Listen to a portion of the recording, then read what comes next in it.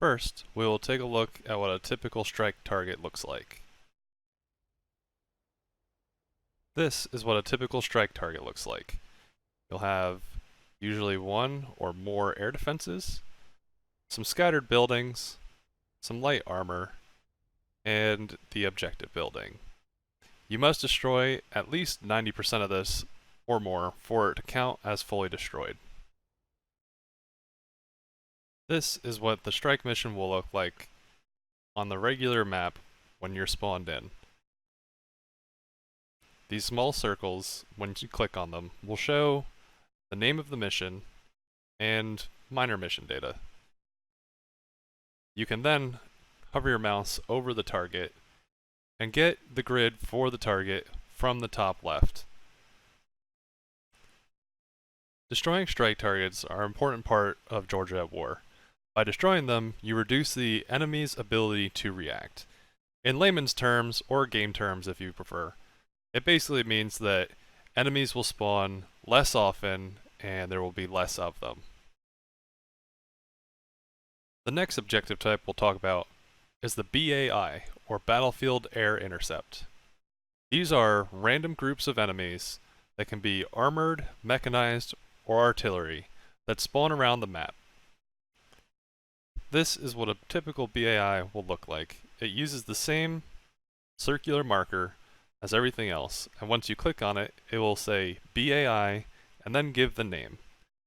As before, stated with the strike mission, you can hover over the target and you can get the coordinates from the top left of your map. This is what a typical BAI looks like. Several tanks, a few IR SAMs, and usually at least one type of radar SAM.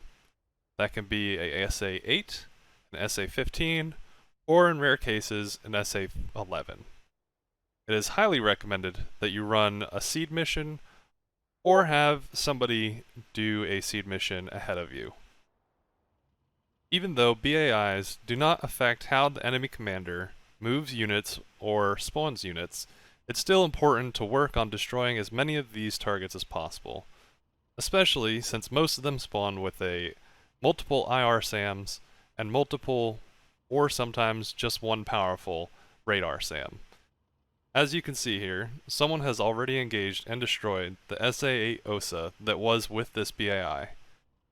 That will now allow other slow movers like Hueys, MI-8s, and A-10s to operate in the area without risk of getting shot and destroyed. It is important to note that sometimes BAIs, due to their random spawns, will spawn inside of cities, such as this one, or forests.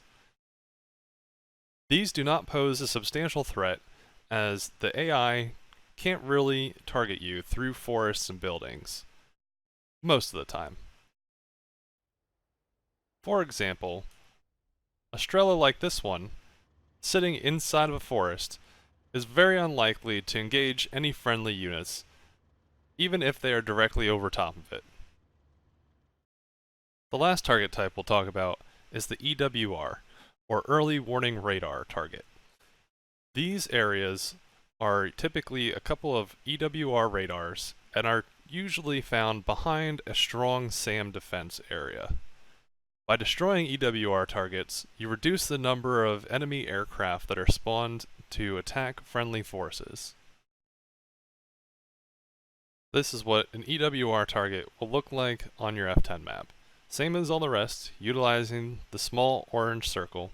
When you click on it, it will indicate EWR and then the name. And you can get the grid from the top left. This is what a typical EWR site looks like. 1, 2, or sometimes even 3 EWR radars, a few air defense vehicles, and maybe 1 or 2 pieces of armor. And usually very spread out. Last but not least, I'd like to talk about payload options for the different aircraft that you would use for ground attack. The A-10, the Harrier, and the Hornet specifically.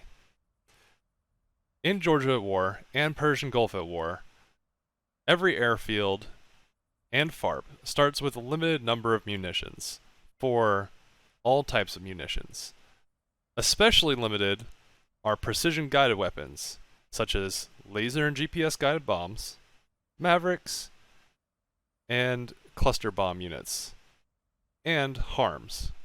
Shouldn't forget those. That means that while you could take a payload like this, or this, or even this, it is generally advised not to take those types of loadouts.